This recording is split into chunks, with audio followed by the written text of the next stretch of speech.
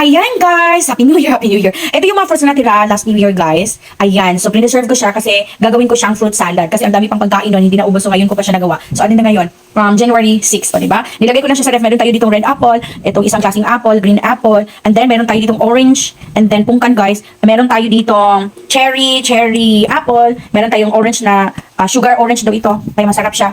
Matamis siya, yan, sugar orange, and then merong kiwi. And then of course, meron tayo ditong, wait lang guys.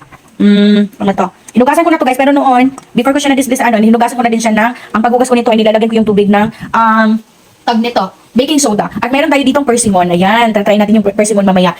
Ayan, so, at meron, yung melon guys, meron tayong melon. So, kasi yung melon medyo mahinog na, may mga part na nahinog na. Kaya, preserve ko siya. Ang ginawa ko, in-slice ko na siya. Tinanggal ko na para hindi siya masira. At ito, na-preserve naman siya guys. Ayan, binalot ko siya bago ko nilagay sa mga Tupperware. And then, may konti pang, itong seedless na natin, grapes. And of course, buong buo pa. Ayan, o, diba? Umabot pa sa January 6 ang aming mga fruits. And of course, meron tayo pampatamis. Hindi na ako maglalagay guys ng kung ano-ano. Pero meron tayo dito pampatamis, Alaska condensada, at saka Alaska na din na iba pang ginamit ko. At meron tayo dito mga fruit cocktail. At may ilalagay lang akong green na kulay na gulaman. Yun ang ginawa ko. Hindi na ako nagawa ng red kasi red na yung watermelon.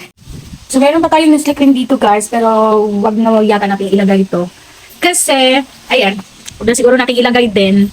Pa-reserve na lang, i-reserve na lang natin ito. Gawin natin macaroni salad next time. Ayan. So, meron pa tayo itong kaong. Ayan.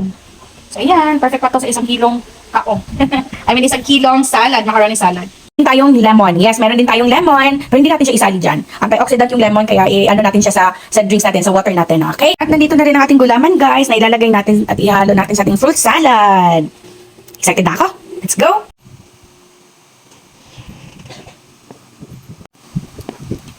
Ang sarap guys ng ating